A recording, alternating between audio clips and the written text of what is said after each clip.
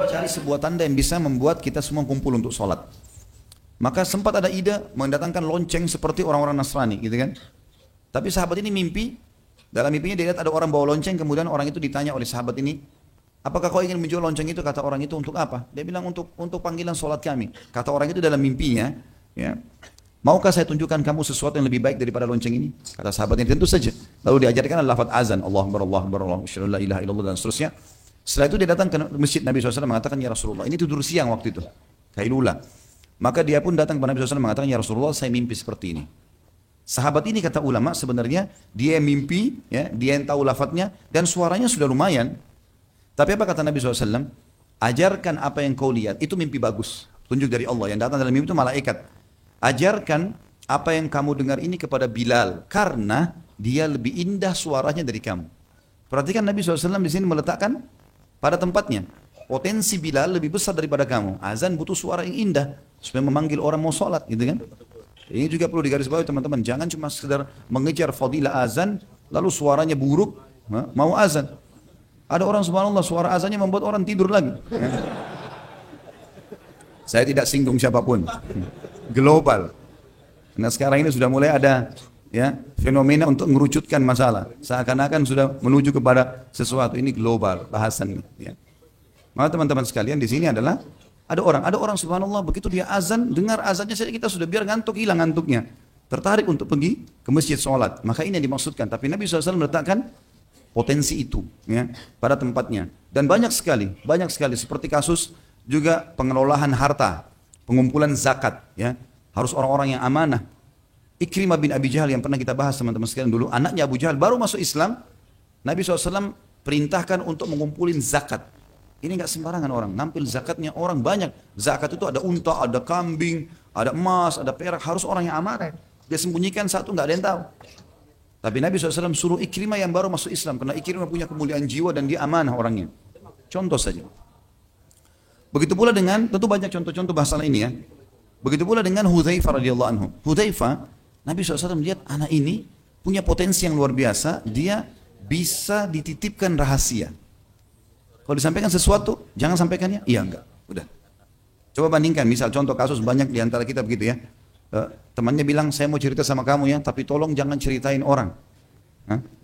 Biasanya kan dia bilang iya, tapi nanti dia bilang lagi sama temannya, ada yang itu cerita, katanya jangan cerita orang, ya. Tapi dia sekarang cerita, jadi kamu jangan cerita orang, ya. Bagaimana caranya bisa dikatakan seperti ini?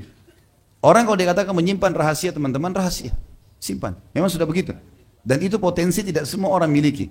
Ada orang subhanallah kita korek apapun dia tidak sampaikan. Dan itu ada pada diri Hudzaifah radhiyallahu anhu. Asal dia tahu ini kebenaran, dia berpegang. Kalau Rasulullah SAW bilang jangan disampaikan, jangan disampaikan. Sudah selesai. Dan sesuatu yang sangat penting berhubungan dengan Hudzaifah adalah beliau sangat mengetahui nama-nama, ya, secara pribadi semua orang munafik di zaman Nabi SAW. Dan Nabi tunjuk, hai Hudzaifah, fulan munafik, fulan, semua. Banyak ini, ratusan orang-orang munafik di Madinah, semua dihafal sama Hudzaifah. Hudzaifah tahu, tapi Nabi bilang, jangan sampaikan. Maka Hudzaifah tidak menyampaikan satupun nama munafik itu. Kadang-kadang sholat di sebelahnya. Hudzaifah tahu, tapi Hudzaifah nggak bilang, ini munafik nih. Kira-kira, kalau antum di posisi Hudzaifah, ini orang munafik jangan bilang, ya. Bilang nggak? Jujur.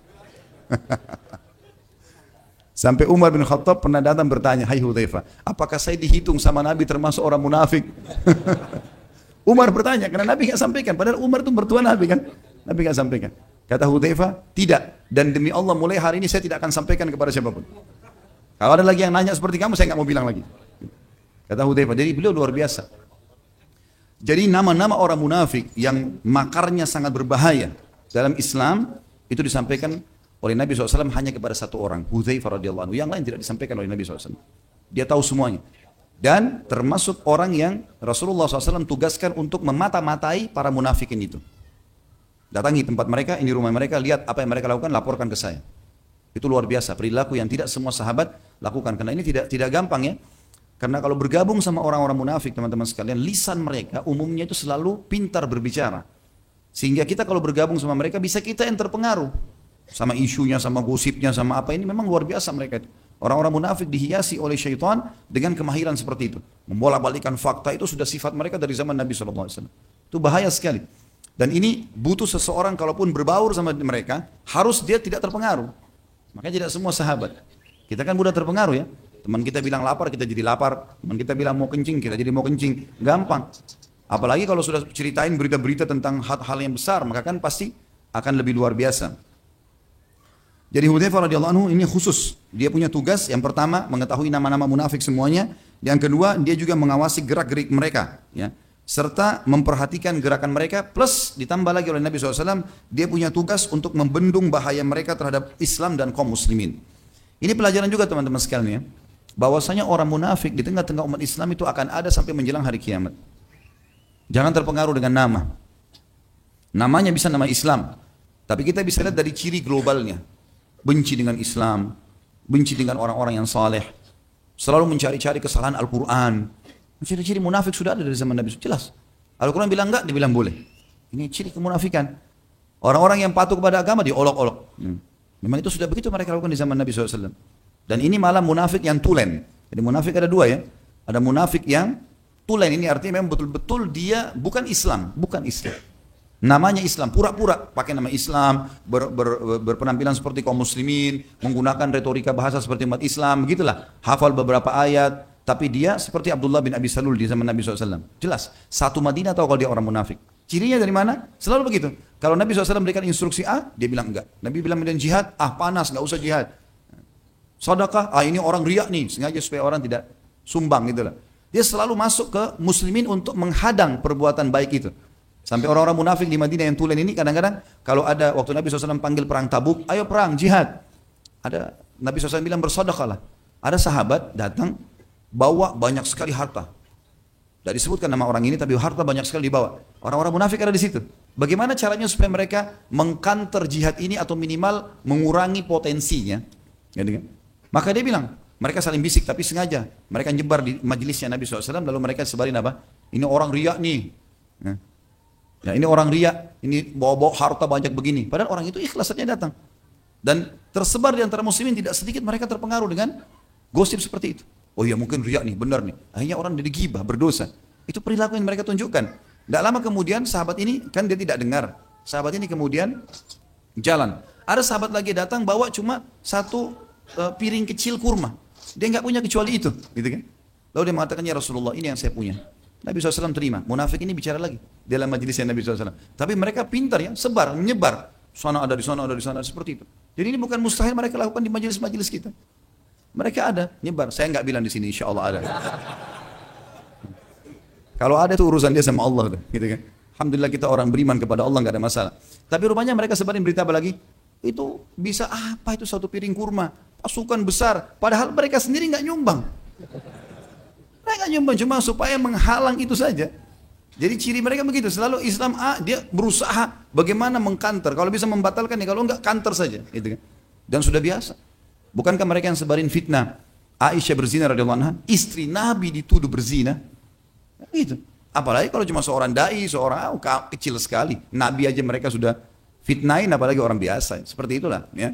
Itu ciri. Dan ini ada teman-teman di tengah-tengah kaum muslimin. Kita harus berhati-hati dari orang-orang munafik, karena orang munafik lebih berat daripada orang kafir. Orang kafir jelas-jelas kekafirannya.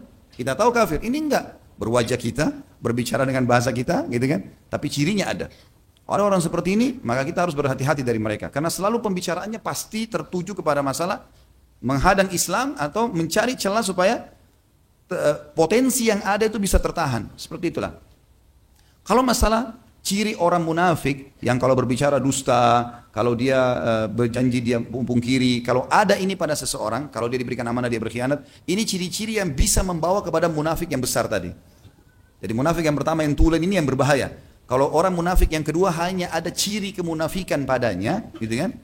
Maka ini mungkin masih bisa dinasihatin, karena semua orang bisa bohong. Nggak mungkin orang bohong lalu kita bilang dia munafik, enggak. Tapi ada padanya sifat kemunafikan. Mungkin dia muslim tapi lemah imannya. Seperti itulah ya. Tapi di sini teman-teman ada informasi penting tentang masalah adanya kemunafikan dan Nabi SAW informasikan itu. Bayangkan pernah terjadi di zaman Umar bin Khattab. Umar bin Khattab di zaman khilafahnya itu Hudzaifah masih hidup, gitu kan? Jadi Umar bin Khattab kalau mau nunjuk satu gubernur di satu wilayah, tanya Hudzaifah dulu. Ini yang saya mau tunjuk fulan. Munafik bukan? Karena dia tahu, gitu kan? Kebanyakan Hudzaifah tidak jawab. Hudzaifah tidak jawab. Setelah penobatan gubernur-gubernur ini, pernah satu kali Umar tanya, "Hai Hudzaifah, ada enggak di antara gubernur saya munafik? Hidup dari zaman Nabi, tapi munafik yang benar." Kata Hudzaifah, "Ada satu orang." Kata Umar, "Siapa?" Kata Hudzaifah, "Saya tidak mau bilang. Bukan urusan saya itu menyebutkan namanya." Lalu kata Hudzaifah, Allah memberikan ilham kepada Umar, akhirnya Umar tahu siapa orang itu dan dipecat. Bayangkan Umar bin Khattab kecolongan. Jadi gubernur, karena alimnya kelihatan. Umar kan kasih syarat. Harus alim, faham, hafal Quran, segala macam. Begitu keadaannya itu si munafik tuh. Itu luar biasa, berarti ada di tengah-tengah umat, gitu kan? Jangan terpengaruh dengan penampilan-penampilan saja. Tentu kita bersangka baik dengan muslim yang kita lihat. Tapi kalau ada ciri seperti ini, ada orang menjelaskan hukum agama sudah benar, oh enggak ini, mulai di kantor, ini kalau kebenaran di kantor ini ciri-ciri sudah jelas. Kan gitu. Dan ini penting teman-teman sudah diketahui. Dan penting juga yang lainnya adalah, kalaupun kita tahu orang munafik, pelajaran yang diajarkan baginda Nabi SAW kepada Hudzaifah dan kepada kita semua, bukan untuk diekspos. Walaupun kita tahu, bukan berarti kita ekspos nih munafik nih begini-begini, enggak. Tidak usah kita ekspos. Karena memang Nabi SAW suruh jaga. Padahal waktu itu Nabi kan bisa bilang, ini orang munafik nih semua, si fulan, keluarkan dari Madinah. Bisa saja. Bersihkan Madinah dari mereka, tapi enggak. Kenapa Nabi SAW suruh tetap tinggal? Karena mereka walaupun ada keburukan, masih bisa dianggap mad'u. Masih bisa dianggap orang yang boleh didakwahi. Karena banyak di antara orang munafik di zaman Nabi SAW yang sadar. Yang sadar setelah ikut berperang dengan Nabi SAW, setelah ikut dalam majelis beliau. Walaupun ada di antara mereka yang tidak sadar. Memang jelas-jelas seperti itu. Ini pelajaran teman-teman sekalian yang perlu kita ambil. Kita masuk teman-teman sekalian ke masalah potensi yang ada pada Hudzaifah bin Yaman. Selain rahasia yang Nabi SAW simpankan kepada dia, khususnya para orang munafik, juga beliau adalah sahabat yang paling faham tentang hadis-hadis fitan, hadis fitnah yang akan terjadi setelah meninggalnya baginda Nabi SAW. Ya. Contoh misalnya, pernah Umar bin Khattab memanggil Hudzaifah lalu berkata, "Hai Hudzaifah, hadis-hadis tentang fitnah yang akan terjadi di tengah-tengah umat." Karena zaman Umar kan Islam kuat sekali, luar biasa gitu. Kata dia, "Hai Hudzaifah, apa pintunya fitnah itu? Pintunya apa?" Gitu kan? Kata Hudzaifah, "Anda pintunya, hai Amir Mukminin. Anda pintunya." Lalu kata Umar, "Pintu itu akan dirusak atau cuma dibuka?" Kata Hudzaifah, "Akan dirusak." Kata Umar, "Kalau begitu tidak akan pernah bisa diperbaiki." Waktu itu banyak orang dengar tapi nggak paham pembicaraan dua orang ini. Sekarang setelah berkembang waktu segala macam, ulama banyak yang menanggapi ternyata Allah membukakan kepada kita apa maksud dua orang sahabat berbicara ini. Umar bin Khattab tanya, fitnah-fitnah yang Nabi bilang muslimin akan saling membunuh, banyak korban, apalah segala macam, tanda-tanda kiamat akan keluar. Itu kapan mulai terjadi? Pertanyaan Umar, siapa pintunya atau di mana pintunya? Maksudnya kapan dia mulai terjadi? Kata Hudzaifah, Anda pintunya. Maksudnya selama Anda hidup nggak ada fitnah itu. Berarti Umar pintunya radhiyallahu anhu. Memang di zaman Umar gak ada. Orang kalau ketahuan salah dihukum berat. Gak ada main-main zaman Umar gitu kan. Memang tegas. Sampai kata Nabi SAW, saya melihat syaitan jin dan syaitan manusia lari dari Umar. Jadi manusia pun tidak berani. Yang syaitan-syaitannya manusia lari semua dari Umar gitu kan. Maka pertanyaan Umar yang mengatakan apakah pintunya dirusak atau dibuka? Pertanyaan ini maksudnya apa? Apakah nanti saya dibunuh atau enggak? Karena kalau dirusak mesti dibunuh. Saya mati nanti dibunuh. Atau itu hanya sekedar karena saya mati biasa kemudian lalu fitnah itu mulai terjadi? Kata Hudzaifah, dirusak. Maksudnya Anda dibunuh. Bahasanya tidak semua orang faham, gitu kan? Maka Umar mengatakan kalau begitu tidak akan pernah bisa diperbaiki. Kalau betul-betul saya mati dibunuh nanti, ya, maka tidak bisa diperbaiki lagi fitnah itu. Karena khalifah sudah dibunuh, sahabat Nabi, mertua Nabi, orang yang terkenal dengan potensi yang luar biasa dalam Islam, itu dibunuh. Seperti itulah teman-teman sekalian. Baik, Hudzaifah diantaranya misal mengatakan, hadis yang masyhur tentang masalah fitnah. Dan hadis ini teman-teman sekalian diriwayatkan Imam Bukhari nomor 453 dan 454. Oh mohon maaf, ini halamannya ya, tapi nomor hadisnya 3606 ya. Cukup panjang saya bacakan. Dari Hudzaifah radhiyallahu anhu ia berkata, "Kana an-nasu yas'aluna Rasulullah sallallahu alaihi wasallam 'anil khair wa kuntu as'aluhu 'anil syarri makhafata an yudrikani. Faqultu ya Rasulullah, inna kunna fi jahiliyatin wa syarr. Faja'ana Allah bihadzal khair. Fahal ba'da hadha al-khairi min syarr?" Qala na'am. Qultu wa hal ba'da hadha syarri min khair? Qala na'am wa fihi dakhan. Qultu wa ma dakhnu? Qala qaumun yahduna bighairi hadi ta'rifu minhum wa tunkir. Qultu fa hal ba'da hadha al-khairi min syarr? Qala na'am du'atun ila abwabi jahannam man ajabahum kadhafuhu fiha.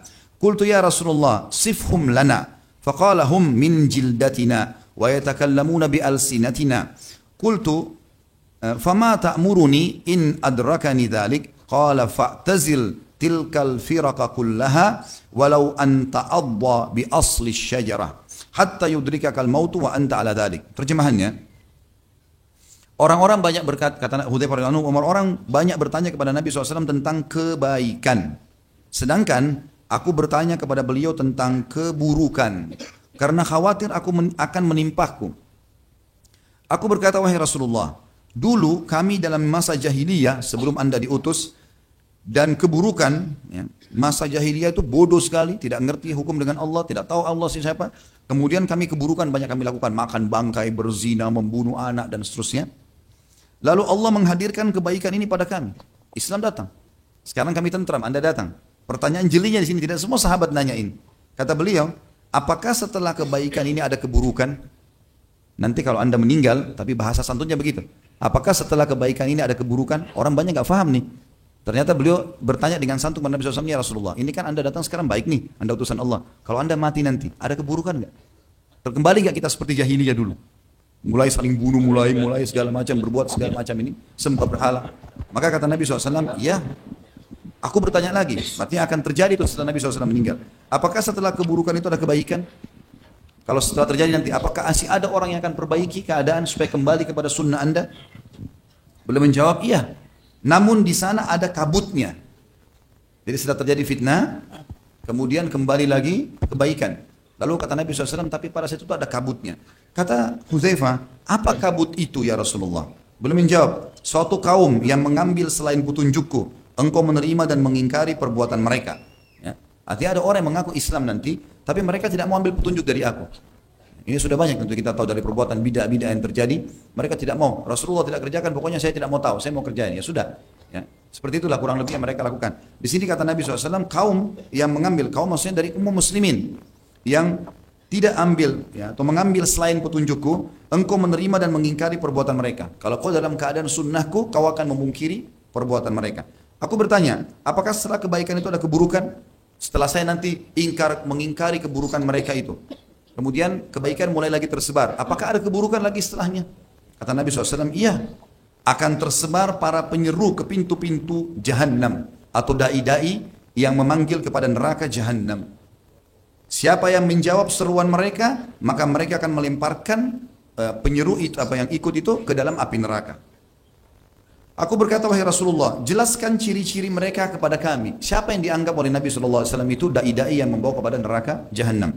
Beliau bersabda, mereka dari kalangan kita. Sebagian ulama hadis mengatakan turunan Arab atau dari kalangan muslimin. Dan berbicara dengan bahasa kita, seperti cara-cara umat Islam berbicara. Aku bertanya, apa yang anda perintahkan jika aku mendapati zaman itu? Maka beliau menjawab, hendaklah engkau berpegang kepada jamaah kaum muslimin dan imam mereka. Artinya ikuti mayoritas kaum muslimin, jangan ikut-ikutan dengan kelompok-kelompok ini. Aku bertanya, bagaimana jika mereka tidak mempunyai jamaah dan imam? Kalau seandainya saya mau ikut jemaah muslimin tapi tidak ada, mayoritasnya tidak ada, tidak terbentuk, tidak ada pemimpin yang memimpin mereka. Beliau menjawab, jauhi kelompok-kelompok tersebut semuanya, sekalipun engkau harus menggigit akar pohon sampai kematian menjemputmu sementara engkau senantiasa demikian. Maksudnya adalah teman-teman sekalian tetap berpegang pada sunnahku, karena tadi kan dikatakan akan mengikuti selain petunjukku, itu cirinya. Maka kalau terjadi orang-orang yang jauh dari petunjuk baginda Nabi SAW, kita harus hindari semua kelompok-kelompok itu. Sebagian ulama yang mengatakan mereka adalah turunan Arab, munculnya di Jazirah Arab orang-orang yang akhirnya membawa pemahaman-pemahaman yang menghalalkan darah muslimin, ya, seperti sekarang banyak sekali, gitu kan? Mereka menghalalkan boleh membunuh sama umat Islam yang tidak sefaham dan segala macam, atau mengkafirkan, ya, tanpa ada hujjah atau argumentasi yang jelas. Ini semua termasuk dalam penyampaian tadi. Hadis yang lain, Hudzaifah radhiyallahu anhu juga menyampaikan, hadis riwayat Imam Muslim nomor 2891. Dan Imam Ahmad juga meriwayatkan nomor 388 dan 407. Hudzaifah radhiyallahu anhu berkata, "Wallahi inni la'alamun nasi bi kulli fitnatin hiya kainatun fima baini wa bainas sa'ah." Demi Allah, sesungguhnya aku adalah orang yang paling mengetahui setiap fitnah yang terjadi, yang ada di antara aku dan hari kiamat. Artinya Hudzaifah radhiyallahu anhu mengetahui semuanya, tidak terkecuali, dan saking cerdasnya, hafalannya kuat sampai beliau tahu satu persatu kejadian. Bahkan sebagian ulama hadis mengatakan beliau mengetahui kapan terjadi, waktunya. Fitnah ini dulu, baru fitnah ini, bagaimana prosesi terjadi, bagaimana keluar dari fitnah itu, ya, berapa besar efeknya, nanti fitnah keluar datang dan seterusnya, seperti itulah. Dan beliau mengatakan antara aku dan sampai hari kiamat, maksudnya antara di zaman Nabi SAW sampai hari kiamat, semua beliau tahu. Dan ini teman-teman pelajaran juga di sini, kalau bolehnya seseorang yang menguasai sebuah bidang dan dia mengatakan, atau keterampilan dia mengatakan saya ahlinya. Misal mati lampu, kemudian dibutuhkan siapa nih yang bisa, kita tanyain misalnya, ada satu orang ikhwan mengatakan, oh saya tahu, saya ahlinya di bidang listrik itu. Kemudian dia coba menunjukkan keterampilannya itu. Ini dibolehkan. Seperti juga dalam peperangan Nabi SAW bertanya, kalau ada musuh yang mengajak duel, siapa yang mau duel, maksudnya siapa yang punya keterampilan untuk ini, tidak usah semuanya maju. Ada orang subhanallah berani pada saat rame-rame. Dan ada orang kalau sendiri nggak berani dia, duel nggak berani gitu. Maka Nabi SAW tanya, siapa yang mau? Siapa yang punya keterampilan di sini? Kalau ada sahabat berdiri baru ditunjuk oleh Nabi SAW. Maka ini boleh teman-teman menyampaikan masalah itu. Dan tidak boleh sebaliknya, seseorang bukan ahlinya berbicara di bidang yang bukan ahlinya dia. Kata Nabi SAW, siapapun, ya, kalau perkara itu dikembalikan bukan pada ahlinya, maka tunggulah kehancuran. Sekarang begitu banyak orang tidak paham agama bicara masalah agama, hanya kena performance saja, gitu kan? Ini bahaya sekali. Sama dengan orang tidak paham listrik bicara masalah listrik, konslet semua. Ya. Kemudian hadis selanjutnya adalah hadis Nabi SAW dari Hudzaifah juga radhiyallahu anhu, dia berkata, riwayat Imam Bukhari nomor 433 dan Imam Muslim nomor 3891. Qama fina Rasulullah maqama fahaddatsana bima huwa kainun ila qiyamis sa'ah fahafidhahu man hafidha wa nasiyahu man nasiya. Rasulullah SAW berdiri di hadapan kami dalam suatu kesempatan, lalu beliau menyampaikan kepada kami apa yang terjadi sampai hari kiamat. Maka di antara kami ada yang menghafalnya dan di antara kami ada yang melupakannya. Ya. Tentu Imam Adz-Dzahabi sini menanggapi, sebenarnya Imam Adz-Dzahabi mengatakan rahimahullah, pemilik kitab Al-Kabair yang juga sudah kita bahas bukunya, salah satu ulama hadis, beliau mengatakan dimaksud sini Nabi SAW berdiri sehari adalah Nabi sampaikan apa yang perlu disampaikan pada hari itu. Tapi bukan berarti semua kejadian yang akan terjadi secara berurut. Kalau yang berurut ini Nabi SAW sampaikan khusus kepada Hudzaifah bin Yaman radhiyallahu anhum ajma'in. Dalam riwayat lain dari Za'zan, ya, rahimahullah salah satu tabi'in, bahwasanya Ali bin Abi Thalib ditanya tentang Hudzaifah radhiyallahu anhu, maka dia berkata, dia mengetahui orang-orang munafik dan bertanyalah kepadanya tentang perkara-perkara sulit, karena jika kalian bertanya kepadanya niscaya kalian akan mendapatinya sebagai orang yang berilmu. Ini kedudukan orang yang berilmu teman-teman sekalian, ya. Yang punya potensi kecerdasan ini penting diarahkan kepada agama. Hafal, belajar, ajarkan kepada umat ini, selamatkan umat dari masalah-masalah yang berbahaya. Kemudian Hudzaifah coba memberikan gambaran kepada kita juga pada saat ditanya satu waktu. Ini semua berhubungan dengan fitnah, ya. Tapi ini khusus hadis tentang masalah munafik. Ditanya kepada beliau, apa kemunafikan itu? Satu orang tabi'in bertanya kepada Hudzaifah radhiyallahu anhu. Maka beliau mengatakan, engkau mengaku Islam tapi engkau tidak mengamalkannya. Ini menurut Hudzaifah. Ini definisi yang pekah sekali, ya. Engkau mengaku Islam tapi engkau tidak mengamalkannya. Muslim tapi tidak sholat. Muslim tapi tidak puasa. Muslim tapi masih melanggar, buat-buat dosa. Ini beliau menganggap ini adalah munafik. Dan kita sudah tahu orang yang paling kenal munafik siapa? Hudzaifah. Berarti ini definisi yang sangat luar biasa dan kuat untuk dijadikan sebagai referensi tentunya.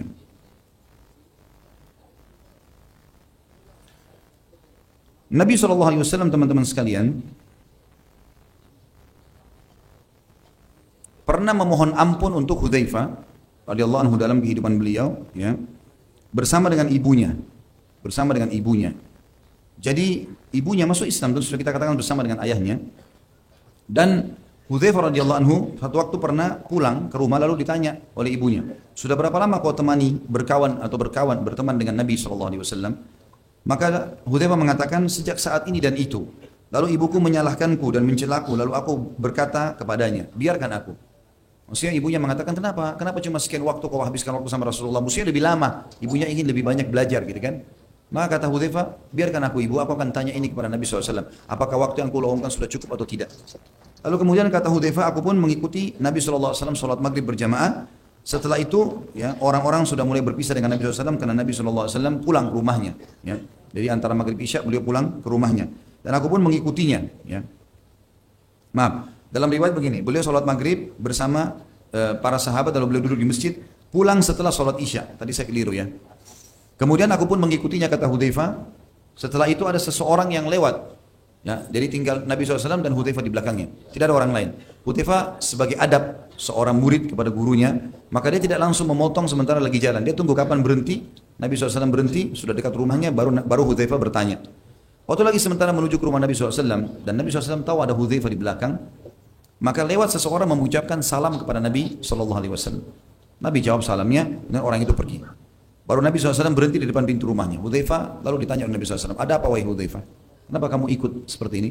Dia ceritakan, ya Rasulullah, sesungguhnya aku punya masalah dengan ibuku, masalah sederhana tadi. Ibuku menganggap potensi waktu yang aku gunakan untuk anda masih kurang, dan akhirnya beliau menyalahkanku. Aku datang untuk anda beristighfar kepada Allah untukku dan untuk ibuku. Kata Nabi SAW, hai Hudzaifah, apa kau tahu tadi siapa yang mengucapkan salam kepadaku itu? Kata Hudzaifah, tidak ya Rasulullah. Kata Nabi SAW, itu malaikat yang turun belum pernah turun sebelumnya. Khusus meminta izin kepada Allah untuk menyampaikan kepadaku sesuatu. Maka Nabi SAW mengatakan dalam hadis ini diriwayatkan Nasai nomor 193, bunyinya adalah Rasulullah SAW bersabda, Ghafarallahu laka wa li ummika. Sesungguhnya aku memohon agar Allah bisa memaafkan engkau dan ibumu. Nah, tadi kan minta diistighfari. Dan ini juga pelajaran boleh kita datang kepada orang yang masih hidup dan kita anggap saleh, mohon agar dia memohon ampun kepada Allah untuk kita. Sebagaimana juga Nabi SAW pernah perintahkan Ali dan Umar radhiyallahu anhum ajma'in untuk meminta dimohonkan ampun oleh Uwais Al-Qarni kalau bertemu, gitu kan. Amar ra'aita al-'arida alladhi arada li qabl. Tidakkah kau lihat siapa yang lewat tadi di sebelahku itu? Qultu bala, maka Hudzaifah berkata, iya. Qala huwa malakun minal malaika lam yahbit ilal ardi qabla hadhihi al-laila. Sesungguhnya dia malaikat yang turun malam ini ke bumi, yang belum pernah turun selama ini di bumi, kecuali malam ini saja. Ista'dzana rabbahu an yusallima alayya. Dia izin kepada Tuhannya khusus untuk mengucapkan salam kepadaku. Wa basyarani anna al-Hasan wal Husaina sayyida syababi ahli jannah wa anna Fatimah sayyidatu nisa'i ahli jannah. Dan ia menyampaikan berita gembira kepadaku bahwasanya cucuku Hasan dan Husain adalah pemimpin anak-anak muda surga, dan Fatimah anaknya Nabi SAW adalah tuan dan pemimpin wanita ahli surga radhiyallahu anhum ajma'in. Jadi Fatimah adalah wanita yang sangat mulia, Al-Batur radhiyallahu anha, ya, wanita yang sangat dimuliakan dalam Islam dan pemimpin ahli surga, wanita ahli surga. Dia dan ibunya Khadijah masyhur, ada 4 pemimpin ahli surga. Kata Nabi SAW, 4 wanita ahli surga pemimpinnya, ya, ada Khadijah, ada Asia, istrinya Fir'aun, ada Maryam, dan ada Fatimah. Ini keutamaan tentunya. Di sini teman-teman sekalian adalah kita lihat bagaimana Nabi SAW memohon ampun untuknya, dan ini sebuah keutamaan sebenarnya. Hudzaifah termasuk orang yang sangat takut kepada Allah dalam keadaan rahasia maupun terang-terangan, dan dia tidak suka kalau seseorang bisa mengetahui amalnya. Sampai salah satu statement yang masyhur dia sebutkan, dia bilang, saya berharap bisa tidak dikenal oleh orang. Ya, ada yang mengelola harta saya, dia punya usaha kebetulan, ada yang mengelola harta saya, kemudian saya masuk ke dalam rumah saya dan saya beribadah kepada Allah sementara tidak ada yang melihat saya sampai saya meninggal dunia. Artinya ingin merahasiakan ibadahnya. Hudzaifah radhiyallahu anhu, teman-teman, pernah menangis di dalam sholatnya, lagi sholat, diriwayatkan dari Al-A'mash rahimahullah. A'mash ini salah satu perawi hadis yang namanya Sulaiman bin Mahran rahimahullah. Beliau banyak meriwayatkan hadis, ya, termasuk dalam riwayat Bukhari. Beliau berkata, Hudzaifah pernah menangis dalam sholatnya. Selesai sholat dia menengok, ternyata dia melihat seseorang di belakangnya. Maka dia berkata kepada orang itu, tolong jangan beritahukan siapapun tentang hal ini. Maksudnya tentang tangisannya. Hudzaifah sempat tidak hadir, teman-teman, di perang Badr. Padahal beliau penduduk Madinah. Dan perang Badar perang mulia. Mestinya dia hadir, tapi ada rahasianya. Disebutkan dalam riwayat, teman-teman sekalian, dan riwayat ini riwayatkan Imam Muslim nomor 1778. Hudzaifah sendiri menjawab pertanyaan pada saat kita bertanya, walaupun kita bertanya kenapa tidak hadir di Badar, dia mengatakan, tidak ada yang menghalangiku untuk ikut dalam perang Badar kecuali bahwa aku keluar bersama ayahku satu waktu, lalu orang-orang kafir Quraisy menangkap kami. Mereka berkata, kalian ingin pergi ke Muhammad Maka kami menjawab, kami hanya ingin ke Madinah. Maka mereka mengambil janji kami bahwa kami ingin Madinah dan tidak berperang bersama Nabi SAW. Kemudian aku mengatakan hal itu kepada Nabi SAW. Waktu saat tiba di Madinah ternyata Nabi lagi bentuk pasukan untuk pergi menyerang kafilah Quraisy. Maka aku sampaikan kepada Nabi SAW, ya Rasulullah, tadi di jalan kami ketemu dengan Quraisy, kami ditawan dan kami diminta janji untuk tidak ikut berperang bersama anda. Maka apa kata Nabi SAW? Nafi bi ahdihim wa nasta'inu billahi alaihim. Penuhi perjanjianmu dengan mereka dan kita meminta pertolongan kepada Allah atas mereka. Ini menandakan teman-teman pentingnya menjalankan dan memenuhi janji dalam Islam walaupun sama orang kafir. Hudzaifah radhiyallahu anhu hadir di dalam perang Uhud. Ya.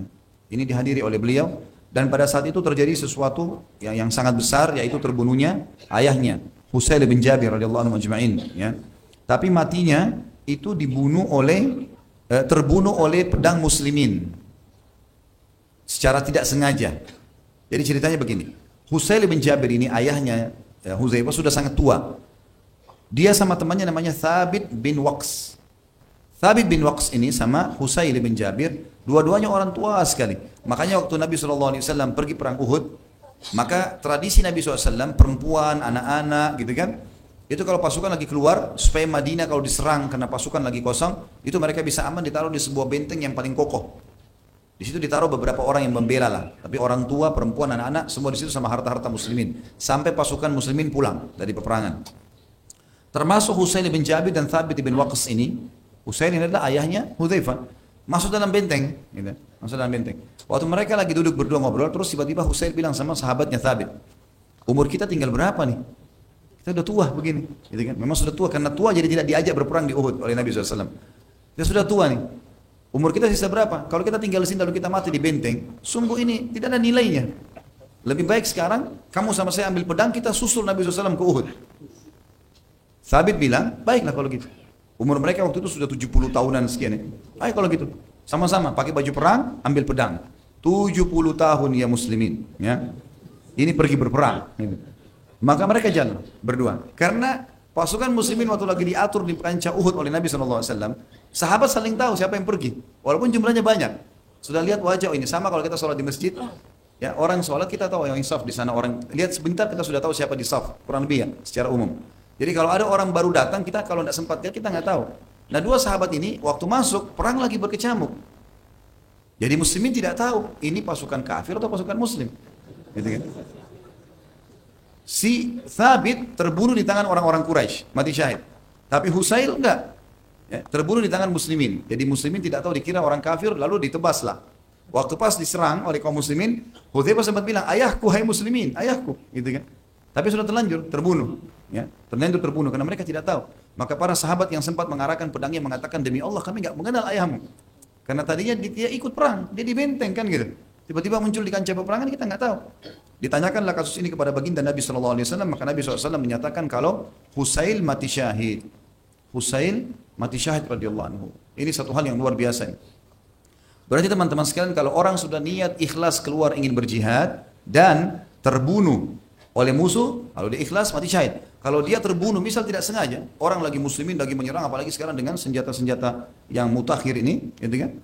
Mungkin peluru itu menyasar, mungkin kena. Mungkin yang bunuh kita adalah pelurunya muslim, kita tidak tahu. Mungkin ada teman dari belakang cukup jauh lalu meleset peluru tersebut bukan ke musuh ke kita. Kalau ini memang tidak disengaja, kita yang mati syahid kalau sudah di medan perang asal ikhlas, yang membunuh tidak dihukum. Ini hukum syar'i. Dia tidak sengaja, kecuali dia sengaja membunuh seorang muslim. Ada kejadian lain teman-teman sekalian dalam masalah kiprah Hudzaifah dalam kancah peperangan, yaitu di perang Khandaq, ya, atau perang Ahzab. Sudah sering kita ceritakan peperangan ini teman-teman sekalian, tapi ada kisah yang unik di sini. Jadi setelah 45 hari dikepung Madinah oleh orang-orang Quraisy dan pasukan Ahzab. Ahzab kan jamak daripada hizib, yang berarti kelompok. Karena banyaknya suku-suku Arab dan orang Yahudi bergabung sampai 10.000 pasukan dipimpin oleh Abu Sufyan pada saat itu, maka dinamakan Ahzab. Allah namakan surah Ahzab surah nomor 33, menceritakan masalah perang Ahzab atau perang Khandaq parit yang dijelaskan dalam hadis, gitu kan. Kalau perang Ahzab disebutkan dalam Al-Qur'an, kalau perang Khandaq, istilah Khandaq digunakan di dalam hadis Nabi alaihi salatu wassalam. Yang jelas teman-teman sekalian, Pada saat itu sudah dibuat parit, muslimin berhasil menahan serangan-serangan musuh, ya.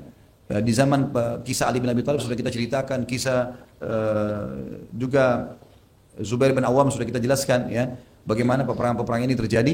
Juga kisah Jabir bin Abdullah, masalah kisah makanan yang jadi banyak, pada saat itu sudah kita pernah jelaskan. Jadi kita masuk ke inti bahasan masalah Hudzaifah saja. Setelah 45 hari mengepung Madinah dan mereka tidak mampu sama sekali untuk masuk, maka ada satu orang pemimpin Quraisy namanya Naim bin Mas'ud. Naim ini entah bagaimana kuasa Allah, dia tadi orang keduanya Abu Sufyan, orang yang paling benci dengan Islam. Dia tiba-tiba memanah ke arah seberang parit muslimin, surat isinya, wahai Muhammad, jemputlah aku karena aku ingin masuk Islam. Maka Nabi SAW bilang kepada para sahabat, turunkan tangga buat dia. Dari tali sama kayu, turunin di parit, dijemput malam hari. Orang-orang Quraisy tidak ada yang tahu, dia sendiri turun. Datang Naim bin Mas'ud, betul-betul dia masuk Islam. Syahadat. Nabi SAW gembira, gitu kan? Ini pimpinan Quraisy. Nggak ada apa-apa nih. Allah SWT utus dia datang. Dan ini sebab kemenangan muslimin di perang Ahzab. Salah satunya. Nabi bin Mas'ud ini, radhiyallahu anhu, pada saat sudah masuk Islam, dia mengatakan, hai Muhammad, ya Rasulullah, dia mengatakan setelah masuk Islam. Tadinya sebelum masuk Islam, dia, hai Muhammad, saya mau syahadat. Lalu Nabi SAW syahadatkan. Lalu dia mengatakan, ya Rasulullah, setelah masuk Islam, utus saya, perintahkan apa saja. Apa saja. Ya. Kata Nabi SAW, kau satu orang, hai Naim. Saya nggak tahu harus suruh apa. Tapi kalau kau bisa kacauin mereka, kacauin aja. Maka berdirilah, Naim mengatakan, baik, saya akan lakukan ya Rasulullah. Maka dia pun turun, dia langsung keluar. Ini kalau tidak salah pernah saya ceritakan, tapi saya review kembali. Kalau meja ini kita ibaratkan parit, ya, parit yang digali di Madinah, di pojoknya itu ada benteng suku Quraidah, suku orang Yahudi yang berkhianat kepada Nabi SAW. Tadinya punya kesepakatan damai, nggak boleh lolosin pasukan musuh masuk, tapi mereka berkhianat, gitu kan? Mereka mau lolosin masuk pasukan Ahzab. Naim langsung datang ke sana, terus ngobrol, minta izin sama pemimpin Yahudi Quraidah, izinkan saya masuk. Karena dia tahu Naim maksudnya adalah pimpinan orang Quraisy, diizinkan masuk. Dia bilang, saya mau kumpul sama tokoh-tokoh kalian. Ngumpullah dengan tokoh-tokoh orang Yahudi. Lalu kata Naim, hai orang-orang Quraidah, kira-kira kalau orang-orang Quraisy pulang tinggalin kalian akan selamat dari serangan Muhammad? Kalian kan sekarang merasa kuat karena ada mereka. Sekarang saya lihat kejenuhan di pasukan Ahzab ini besar sekali, gitu kan? Jadi tujuan Naim ingin mengacaukan mereka, gitu kan? Maka kalau mereka pergi, pasti kalian akan diserang oleh Muhammad dan kalian tidak akan punya potensi untuk melawannya. Lalu kata orang-orang Yahudi, lalu apa saranmu? Kata Naim, saran saya minta 10 orang dari tokoh Quraisy bergabung di pasukan kalian. Supaya kalaupun mereka bosan jenuh, mereka nggak mungkin tinggalkan 10 pimpinannya itu. Hanya untuk bergabung dengan pasukan kalian saja, nggak usah yang lain. Mereka bilang, bagus, ide yang bagus. Baiklah, Naim langsung turun dari benteng. Malam itu juga ya, malam itu. Kemudian dia kumpul kepada pasukan Quraisy secara khusus. Karena pimpinan pasukan Abu Sufyan dari Quraisy. Quraisy itu jumlahnya kalau nggak salah sekitar 4.000 orang. Termasuk yang besar sekali di pasukan Ahzab. Maka berkatalah Naim, hai Quraisy, kalian tahu kan? Sama tadi di Yahudi juga dia bilang itu. Kalian tahu siapa saya? Iya, tahu. Kalian tahu kebencian saya pada Muhammad? Tentu tahu. Kalian tahu ya bagaimana hubungan saya sama Quraidah? Tentu tahu. Bagus sekali hubungannya. Baik, saya melihat Quraidah telah berkhianat. Quraidah telah berkhianat. Dan sebagai bukti, mereka akan meminta 10 orang dari kalian, orang-orang Quraisy, 10 orang, untuk dijadikan tebusan kepada Muhammad. Seperti itu. Kata mereka, kalau itu betul terjadi, ini pengkhianatan yang besar. Gitu kan? Kata orang Quraisy. Tapi Abu Sufyan jeli. Abu Sufyan itu pimpinan mengatakan, sebentar, saya pastikan dulu ke Quraidah. Lalu dia pergi ke sana. Minta dibukain pintu gerbang, dibuka. Lalu Abu Sufyan kumpul. Abu Sufyan pakai strategi perang. Dia tidak bertanya, apakah Naim datang segala macam. Enggak. Bukan seperti kita kalau ngobrol sama teman. Perang tidak. Gitu kan? Maka dia bilang, hai Yahudi, besok kita akan serang Madinah. Kalian dari benteng kalian, kami dari parit. Dari depan parit. Gitu kan? Kata orang-orang Yahudi, hai Abu Sufyan, engkau tahu kalau besok ini hari Sabtu. Hari Sabtu kami nggak berperang, orang Yahudi. Memang Yahudi waktu itu memuliakan hari Sabtu, mereka nggak perang hari Sabtu. Mereka takut kalau lakukan kegiatan yang dilarang hari Sabtu itu mereka duduk di rumah ibadah. Gitu. Sampai mereka pernah memancing, akhirnya Allah kutukkan gitu. Dan terkenal dengan Ashabus Sabt. Ringkas cerita, kata Abu Sufyan, baiklah kalau gitu. Hari Ahadnya, lusanya kita perang. Gitu kan? Kata orang Yahudi, boleh saja. Tapi dengan syarat, kalian harus berikan 10 pimpinan kalian pada kami. Supaya bersama pasukan kami. Kata Abu Sufyan, benar nih Naim. Benar nih Naim. Gitu kan? Maka Abu Sufyan pulang. Malam itu juga pulang, kumpulin orang-orang, gitu kan.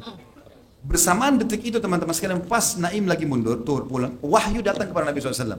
Kalau Naim berhasil mengacaukan mereka. Lagi dingin, gelap Madinah waktu itu, sudah 45 hari dikepung.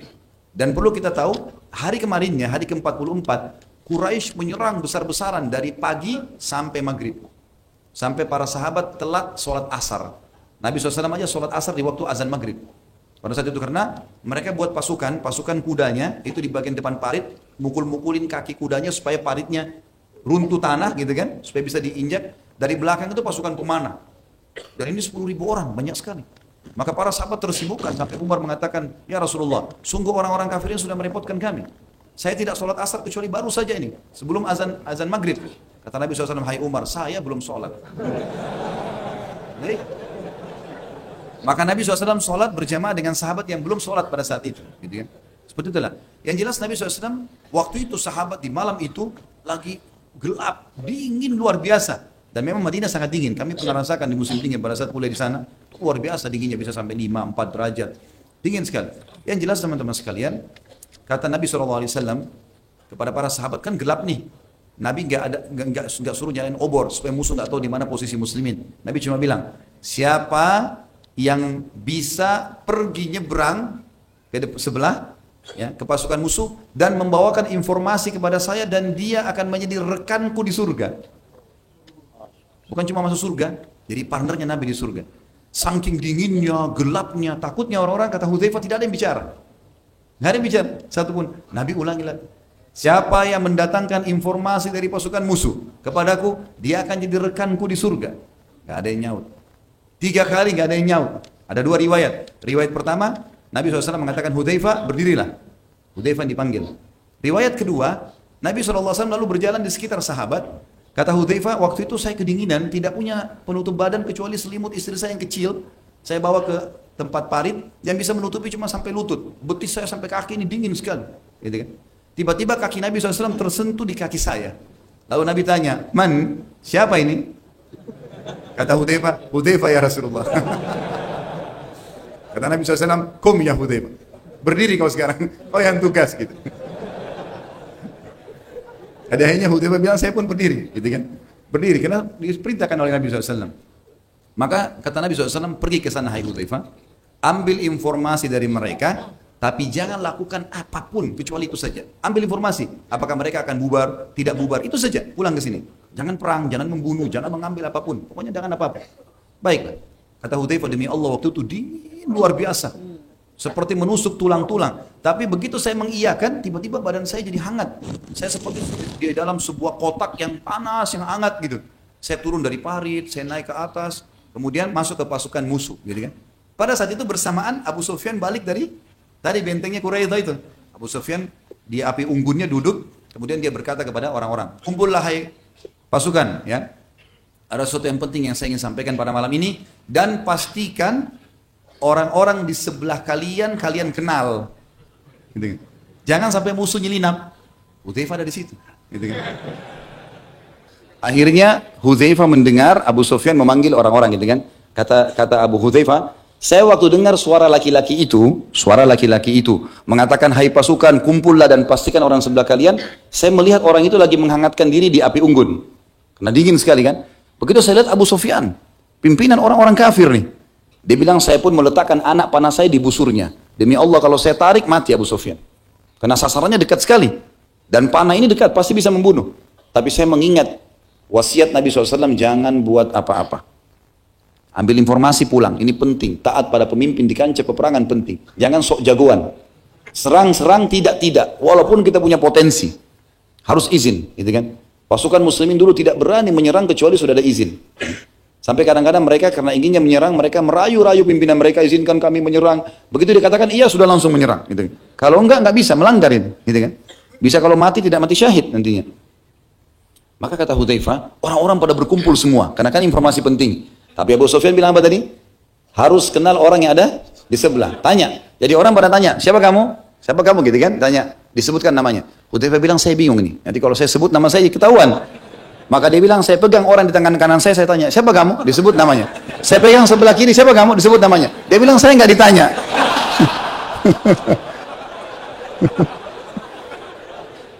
Ini kecerdasan. Sampai dia bilang saya nggak ditanya akhirnya.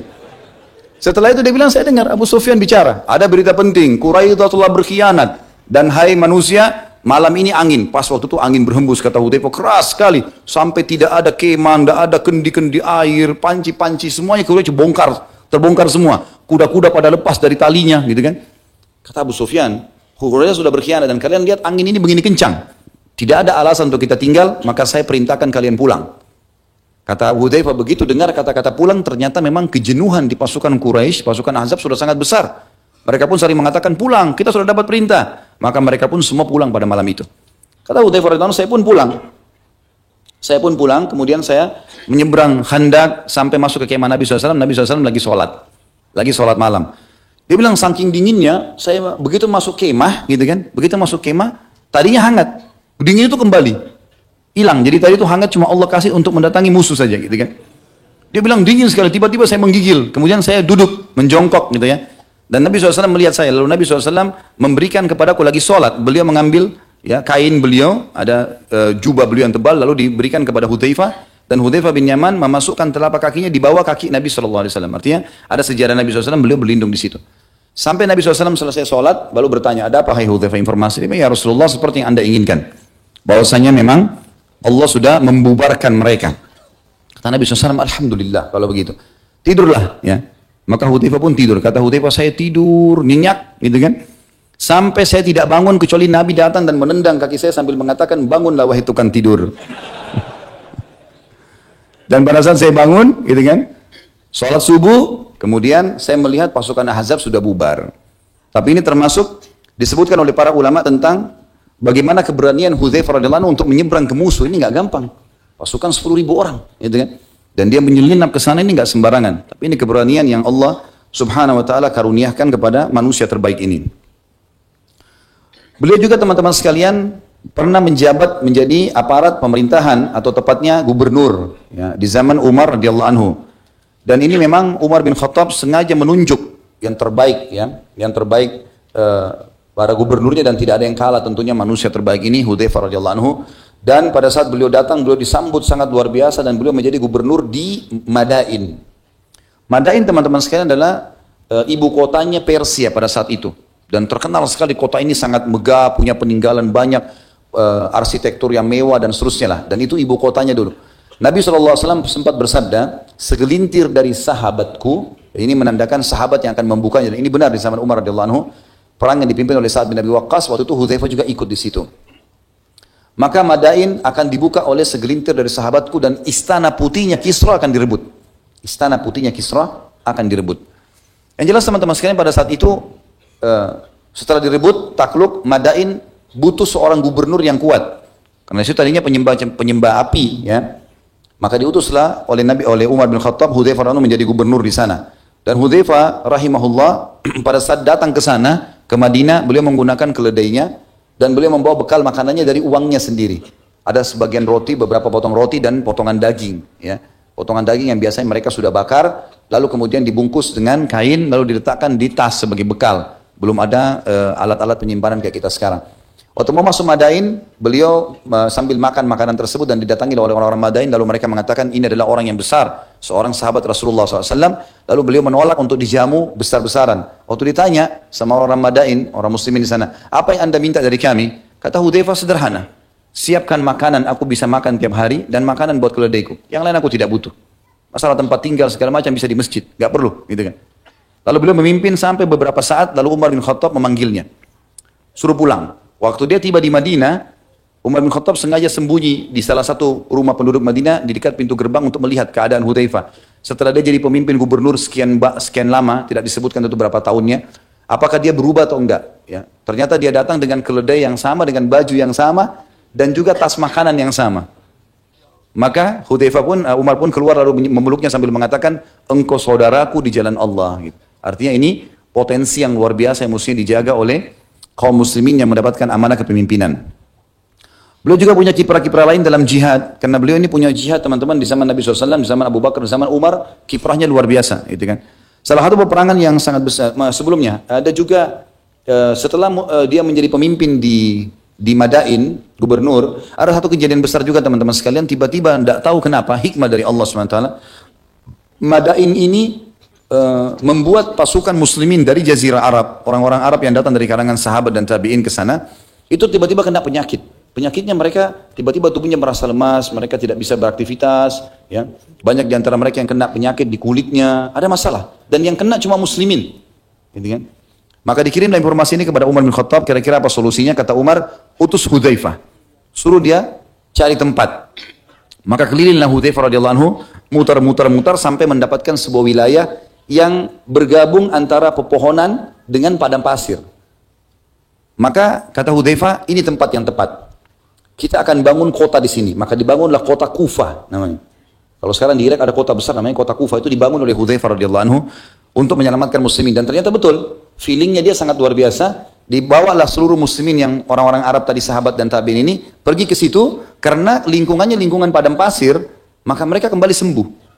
Dan ini juga sebuah pelajaran teman-teman sekalian. Memang Allah SWT membuat kita lahir di sebuah tempat, berarti memang kita paling cocok di situ. Kita memang lahir di Indonesia, orang lahir di Jazirah Arab, orang lahir di Afrika, memang sudah alamnya. Makanya kita kalau pindah biasanya ada adaptasi, kadang-kadang ada penyakit. Ini terjadi di zaman itu.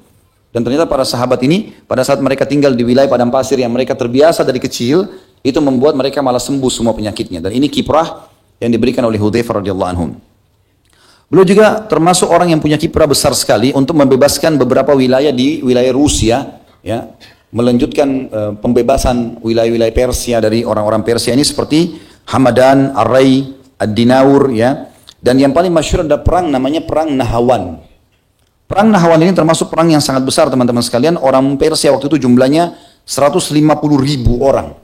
150.000 orang melawan muslimin 30.000 orang.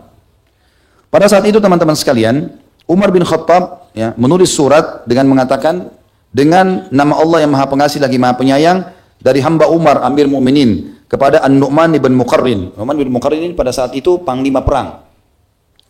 Kalau tiba surat ini, Assalamualaikum, ya, keselamatan untukmu. Sesungguhnya aku memuji Allah kepadamu yang tidak ada ilah yang berhak diibadahi dengan benar selain dia. Amma ba'd, lalu selanjutnya, aku mendengar bahwasanya orang-orang Ajam dalam jumlah yang sangat besar telah berkumpul untuk memerangi kalian di kota Nahawan. Jika suratku ini tiba sampai di tanganmu, berangkatlah bersama kaum muslimin yang ada bersamamu dengan perintah, pertolongan dan kemenangan dari Allah. Jangan membawa mereka ke tempat yang menakutkan karena akan menyakiti mereka. Jangan menahan hak mereka karena itu berarti engkau membuat mereka ingkar, dan jangan membawa mereka masuk hutan. Seseorang muslim lebih aku sukai daripada 100.000 dinar. Wassalamu alaika, ya.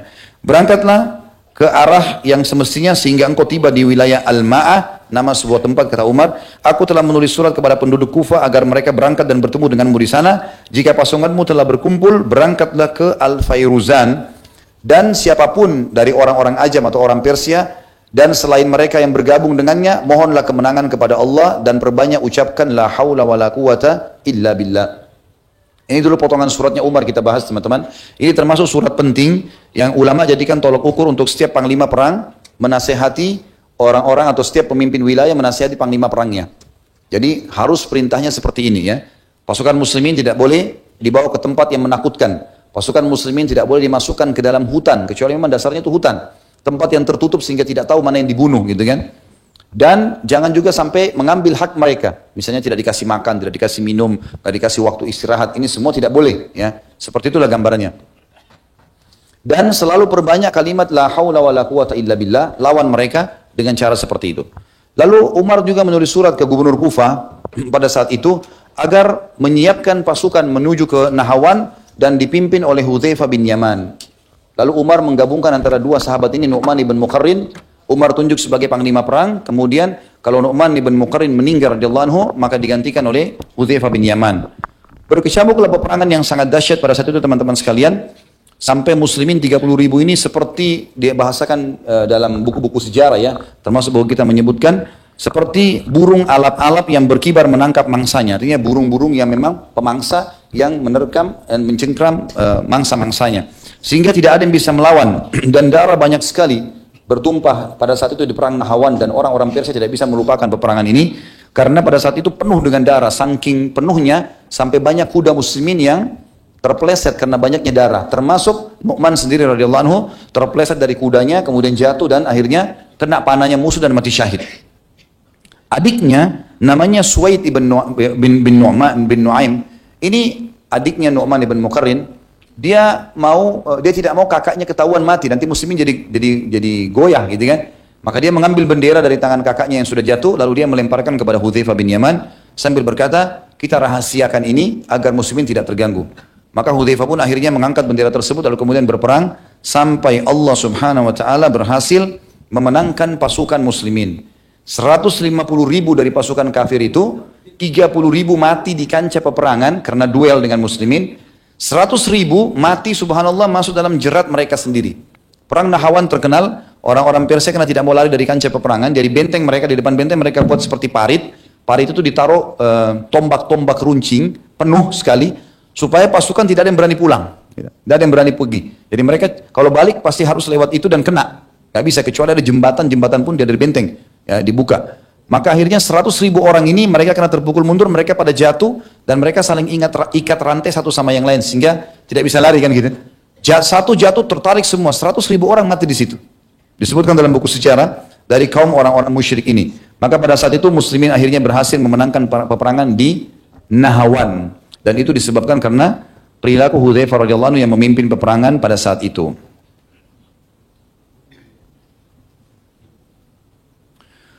Kemudian teman-teman sekalian kita masuk ke masalah kesungguhan beliau dalam ittiba, mengikuti Nabi alaihi salatu wassalam. Dan beliau punya pesan-pesan ya. Kalau dalam buku kita diangkat beberapa poin. Yang pertama adalah beliau menyampaikan dalam sebuah riwayat yang sahih, ya ma'syaral qurra uslukut tariq fala in salaktumuha laqad sabaqtum sabqan ba'ida wala in akhadtum yaminan wa shimalan laqad dalaltum dalalan ba'ida. Wahai para pembaca Al-Quran dan penghafalnya, berjalanlah di atas jalan yang lurus. Sudah pilih jalan itu, jangan sampai kalian buat kemaksiatan. Karena jika kalian berjalan di atas jalan yang lurus itu, niscaya kalian pasti akan menjadi orang yang utama, mendahului orang-orang yang lain. Tapi kalau kalian jalan dengan jalan yang lain, berbengkok, hafal Quran tapi masih buat maksiat dan seterusnya, maka kalian akan tersesat dengan sesat yang sangat jauh. Dan ini sebuah wasiat yang sangat mulia. Bagaimana Hudzaifah radhiyallahu anhu menyampaikan ini, dan ini pesan dari Nabi SAW yang beliau fahami. Kemudian dalam kejadian yang lain beliau juga menyampaikan tentang masalah zakat. Hudzaifah berkata radhiyallahu anhu, dua perkara yang paling aku takutkan atas manusia. Ya. Maksudnya ini pensucian jiwa ya. Mereka mementingkan apa yang mereka lihat daripada apa yang mereka ketahui, dan yang kedua mereka tersesat sedangkan mereka tidak menyadarinya. Jadi ini wasiat tentang tazkiyatun nufus ya, pensucian jiwa, bukan masalah zakat. Maaf tadi saya salah. Tapi tazkiyatun nufus ya di sini.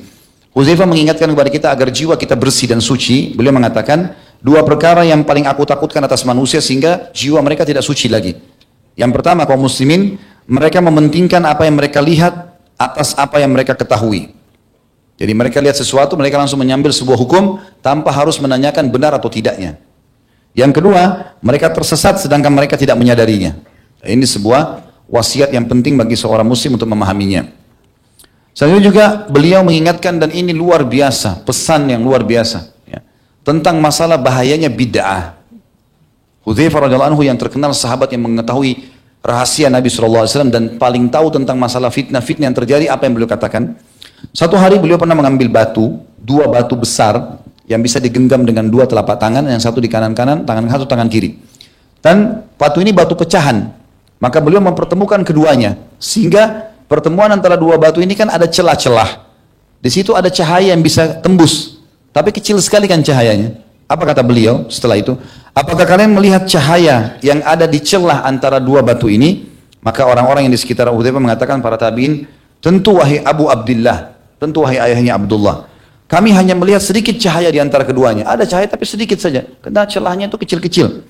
Hudzaifah berkata, demi zat, perhatikan Hudzaifah bersumpah radhiyallahu anhu, bagi yang beriman kepada Rasulullah SAW dan risalahnya, dan tahu Hudzaifah adalah sahabat pilihan Nabi SAW, perhatikan. Beliau mengatakan, demi zat yang jiwaku ada di tangannya, bid'ah, ini perkataan Hudzaifah, akan bermunculan, sehingga yang terlihat dari kebenaran hanya seperti cahaya di antara kedua batu itu.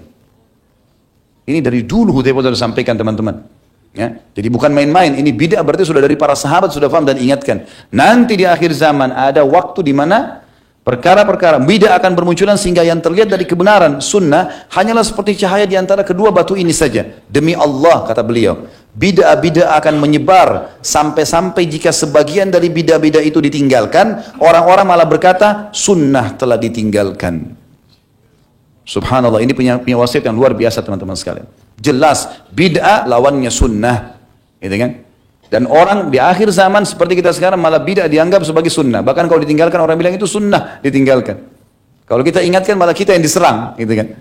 Seakan-akan kitanya yang keliru. Padahal kita mengajak pada kemurnian ajaran baginda Nabi SAW, dan ini wasiat yang sangat luar biasa.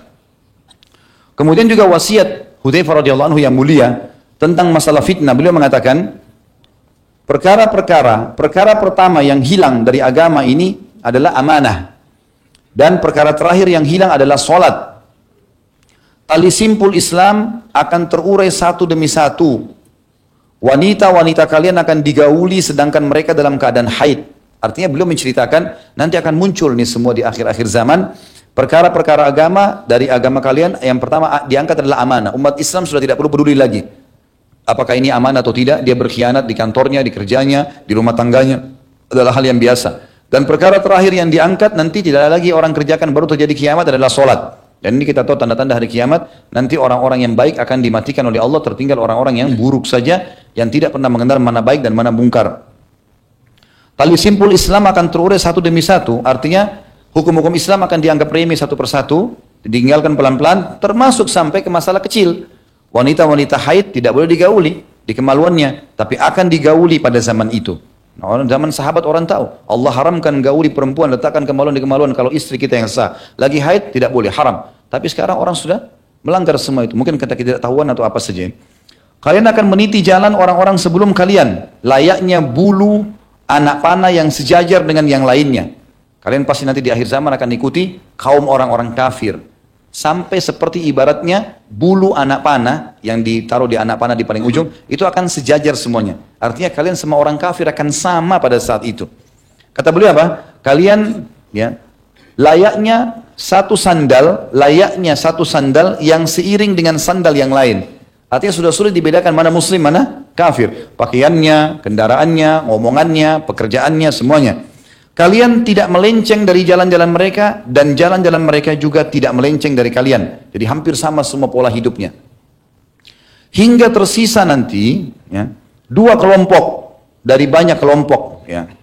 Nanti dari kelompok-kelompok yang itu bisa mendapatkan hidayah, kata Hudzaifah. Kelompok-kelompok ini nanti kalau dinasihatin mereka bisa kembali, mereka tinggalkan. Tapi ada dua kelompok yang tetap ngotot, kata Hudzaifah. Nanti ada dua kelompok yang tetap ngotot, tidak mau meninggalkan, menyerupai orang-orang kafir ini. Kata beliau, salah satu dari keduanya berkata kepada yang lain, dua kelompok ini sepakat, ada apa dengan sholat 5 waktu? Ngapain kita sholat? Orang-orang sebelum kita telah tersesat, ngapain sholat-sholat? Gitu. Sholat itu hanya dikerjakan kapan bisa. Karena Allah berfirman, mereka membawa Al-Quran. Dalam surah Hud ayat 114, A'udzubillahi minasyaitonirrajim wa aqimis sholata tarafain nahari wa zulafan minal lail. Al-ayah. Dan laksanakanlah sholat pada kedua ujung siang, pagi dan petang, dan pada bagian permulaan malam. Maka apa kata Hudzaifah? Kata Hudzaifah, bukan kata saya teman-teman. Perhatikan dan antum pasti tahu kelompok ini kelompok siapa. Kata Hudzaifah, kalian pada saat itu, kelompok itu hanya sholat 3 kali. Bukan 5 waktu sholat, 3 kali. Sudah jelas kelompok ini siapa. Gitu kan. Sedangkan yang lain berkata, kelompok ini sholatnya cuma 3 kali dalam sehari. Kelompok yang kedua, yang sesat juga ini, kata Hudzaifah adalah, dia berkata, iman orang-orang yang beriman seperti iman para malaikat. Di antara mereka tidak ada yang kafir atau munafik. Artinya, semua orang sama. Nggak ada munafik, nggak ada kafir, nggak ada, semua agama sama. Semua agama sama. Sudah tahu kelompok ini tentunya. Ya. Apa kata Nabi SAW? Apa kata Hudzaifah? Patut bagi Allah untuk menggiring kedua kelompok ini akan bersama pasukannya Dajjal. Akan bersama Dajjal, gitu kan? Ya sudah, Dajjal bilang apa diikutin sama dia. Karena memang mereka tidak suka dengan agama Nabi alaihi salatu wassalam. Kita masuk teman-teman sekalian ke kiprah juga Hudzaifah radhiyallahu anhu dalam masalah menggabungkan muslimin dalam satu mushaf. Ya. Beliau terus saja ikut berjihad, radhiyallahu anhu, semangat jihadnya luar biasa, pergi perang sana sini, membela agama Allah SWT, sampai beliau masuk ke wilayah Irak yang namanya Armenia dan Azerbaijan. Pada zaman khilafah Utsman bin Affan, jadi dia hidup sampai zaman Utsman bin Affan, radhiyallahu anhu. Meninggal cuma beberapa hari setelah meninggalnya Utsman. Hudzaifah lalu bergegas pada saat itu, waktu beliau masuk ke masjid, beliau temukan bacaan Al-Qur'annya orang berbeda-beda. Gitu kan? Ini orang-orang awam baru masuk Islam, bacaannya sudah tersebar, yang sana hafal dengan metode tertentu, sana metode ini berbeda-beda. Maka Hudzaifah pun segera kembali ke Madinah dan melaporkan itu kepada Utsman bin Affan radhiyallahu anhum ajma'in. Kemudian berkata, hai Amirul Mukminin, selamatkan muslimin dari perselisihan ini. Maka gabungkan mereka dalam satu mushaf. Harus ada satu mushaf, itu istilahnya lembaran-lembaran dari zaman itu dari kulit ya, kalau kita sekarang kertas. Kumpulkan dengan satu metode baca. Sehingga tidak ada perselisihan, apalagi orang-orang awam ini. Dalam sebuah riwayat ini diriwayatkan tentunya oleh Bukhari nomor 4987, saya bacakan. Dari Anas bin Malik radhiyallahu anhu bahwa Hudzaifah bin Yaman datang kepada Utsman. Dia ikut dalam perang bersama orang-orang Syam untuk menaklukkan Armenia dan Azerbaijan. Hudzaifah terkejut terhadap perbedaan mereka dalam qiraah atau cara baca Al-Quran. Sehingga dia berkata kepada Utsman, wahai Amir Mukminin, selamatkan umat ini sebelum mereka berselisih dalam Al-Quran. Seperti orang-orang Yahudi dan Nasrani. Maka Utsman bin Affan mengirim orang menemui Hafsah. Hafsah radhiyallahu anha ummul mukminin, anaknya Umar bin Khattab yang merupakan salah satu dari istri baginda Nabi alaihi salatu wassalam, karena Hafsah yang menyimpan Al-Quran yang waktu itu ditulis di pelapa-pelapa kurma, di tulang-tulang unta, ya, di kulit, di batu, itu disimpan di rumahnya Hafsah. Maka Utsman bin Affan kirim kepada Hafsah agar mushaf itu, semua Quran yang berserakan itu didatangkan kepada beliau. Lalu kemudian Utsman bin Affan menyuruh agar menulis ya, mushaf itu, ayat-ayat Al-Quran, surat ayat demi ayat, surah demi surah, sampai tersusun dalam satu mushaf, dan memerintahkan agar Zaid bin Thabit, Abdullah bin Zubair, Sa'id bin As, kemudian Abdurrahman bin Harith bin Hisham untuk berkumpul dan mereka menulis dalam mushaf. Dan Utsman bin Affan mengatakan, kalau kalian berselisih dalam bacaan maka kembalilah kepada bahasa Quraisy. Bahasa Quraisy, karena Al-Quran turun dalam bahasa itu. Maka setelah itu pun Utsman bin Affan radhiyallahu anhu setelah mengutuhkan itu dan sahabat semua mengetahui dan mereka sepakat tentang bolehnya menulis pada saat itu, maka Utsman bin Affan menulis beberapa buah dan dikirim di setiap wilayah satu-satu. Di wilayah muslimin, kekuasaan muslimin, dan yang sisanya tulang-tulang segala macam dimusnahkan oleh Utsman bin Affan agar tidak terjadi fitnah. Karena untuk menyusun ini butuh tenaga sahabat. Kalau dibiarkan maka nanti tabi'in akan terjadi lagi perselisihan. Dan ini banyak orang-orang orientalis yang menyoroti Utsman bin Affan dari poin ini, padahal sebenarnya mereka tidak faham. Utsman bin Affan adalah orang yang terkenal pecinta Al-Quran dan anak mantu Nabi SAW, dan kita muliakan tentunya. Kita masuk teman-teman sekalian ke Hudzaifah adalah seorang ahli hikmah dan balaghah, artinya orang yang sangat luar biasa dalam memberikan nasihat-nasihat. Ini diangkat oleh penulis, saya kurang lebih lihat di sini ada dua saja ya. Yang pertama adalah perkataan beliau yang masyhur, hati itu ada 4 macam, beliau katakan. Yang pertama adalah hati yang tertutup rapat, yaitu hati orang kafir. Dia sudah tidak akan pernah bisa masuk hidayah ke dalamnya selama memang dia tidak ya diberikan petunjuk oleh Allah Subhanahu wa taala, atau memang dia dasarnya menutupi hatinya itu. Yang kedua, hati yang bersisi ganda, yaitu hati orang munafik ya. Ini bersisi ganda, dia mau berpenampilan Islam tapi tidak mau terima Islam. Kan unik ya, mesti orang munafik itu jadi kafir saja, tapi dia tidak mau, memang dia berkedok dengan kita, pakai baju kita, berbicara dengan kita sesuai berkedok, dan membantu orang kafir untuk menyerang kaum muslimin. Ini hati yang kedua, dan ini buruk dua-duanya.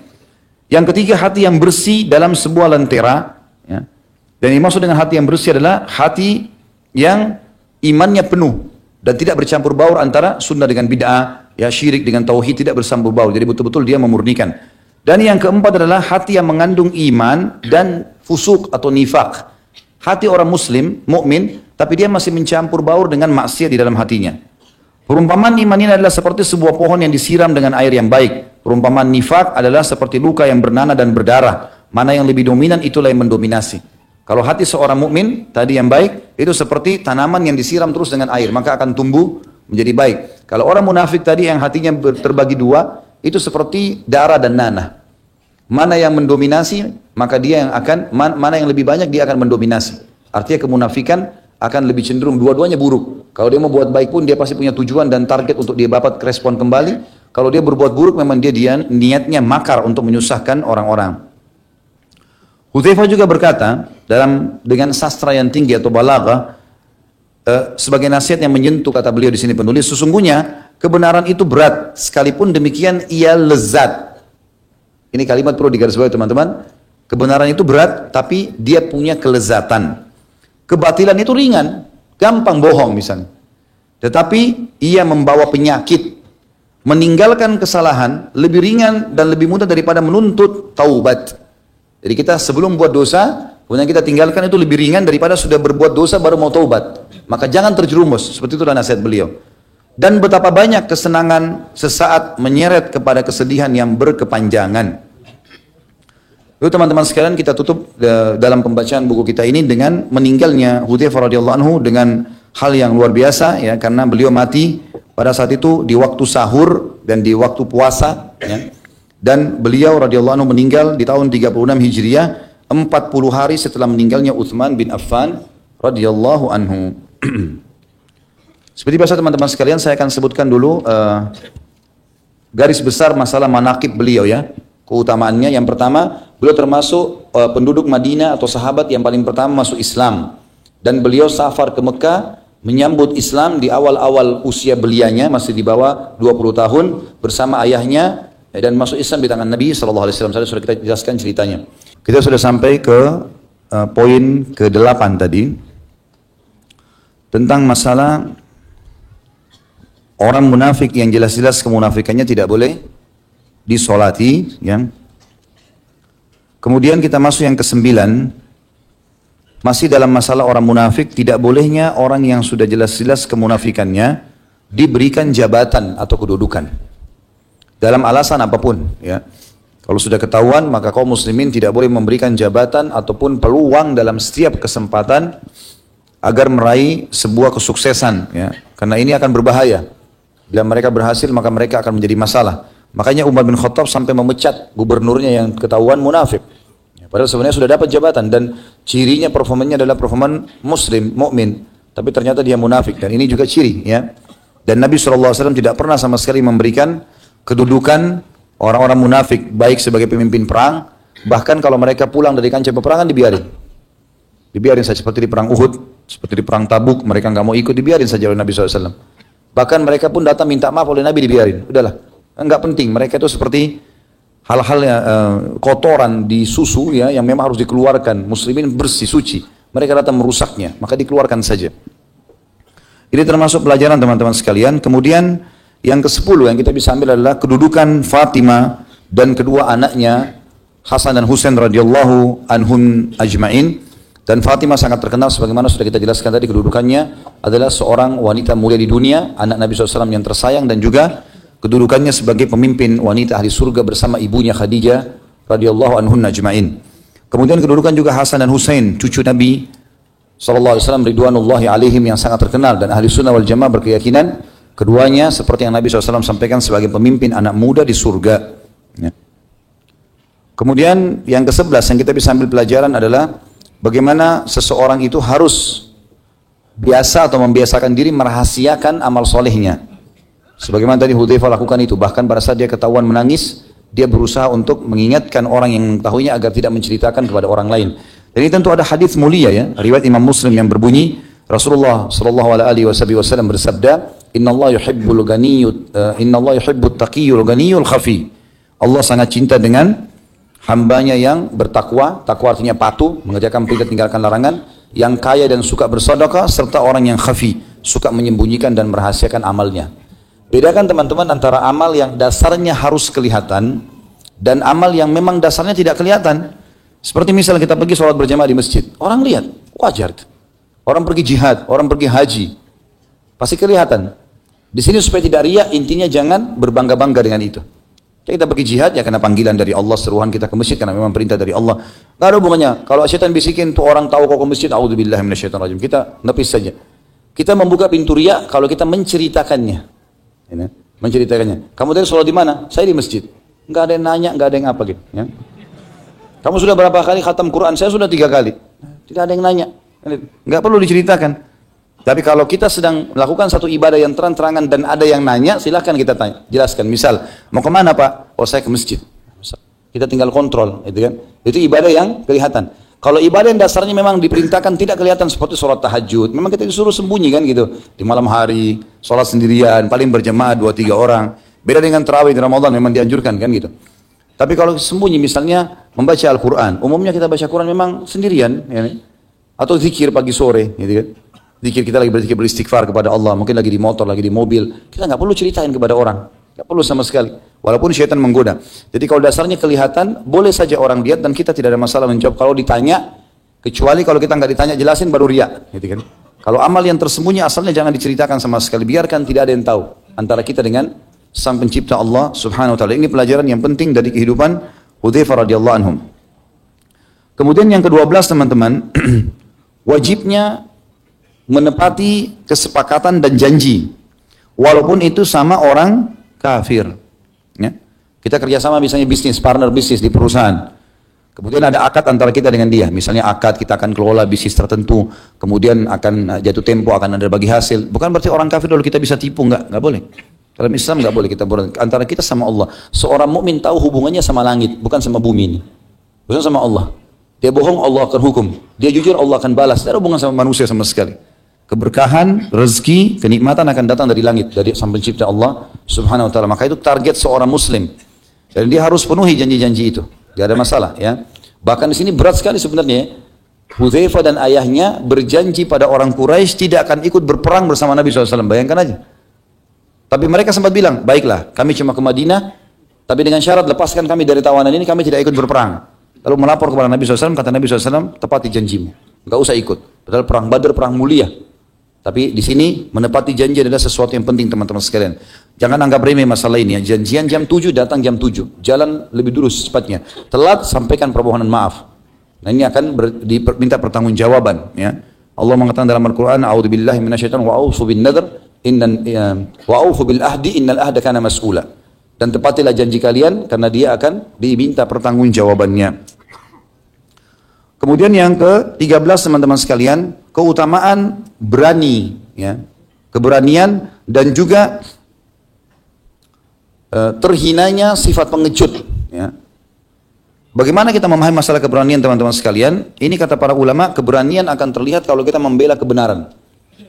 Jadi bukan dari kerasnya suara, bukan dari sukanya nantang orang, tapi kebenaran yang dikumandangkan. Kalau kebenaran maka dia membelanya sampai dia mati, nggak ada masalah. Baru itu dikatakan orang itu pemberani. Ya. Haknya dia, haknya agama, kebenaran maka dia bela. Dan pengecut ini justru sebaliknya. Ada kebenaran tidak mau dibela, atau haknya diambil dia tidak mau meluruskan, ya, tidak mau mengambilnya, tidak mau menasihatinya, ya, dan seterusnya. Ini termasuk hal yang perlu digarisbawahi teman-teman sekalian. Dan ini terlihat dari perilaku Hudzaifah radhiyallahu anhu dengan keberaniannya pada saat diperintahkan Nabi SAW untuk datang ke pasukan musuh karena dia tahu ini kebenaran walaupun dia harus mati, nanti dia ditawan apapun yang terjadi tetap dia melaluinya. Sementara lawannya tentu adalah malas, sifat pengecut, ya. Kemudian kejahilan, ini semua lawan daripada apa yang kita bahas tadi. Jadi tidak boleh semuanya. Dalam Islam ini tidak boleh seorang muslim itu bodoh, tidak boleh seorang muslim itu malas, tidak boleh seorang muslim itu pengecut.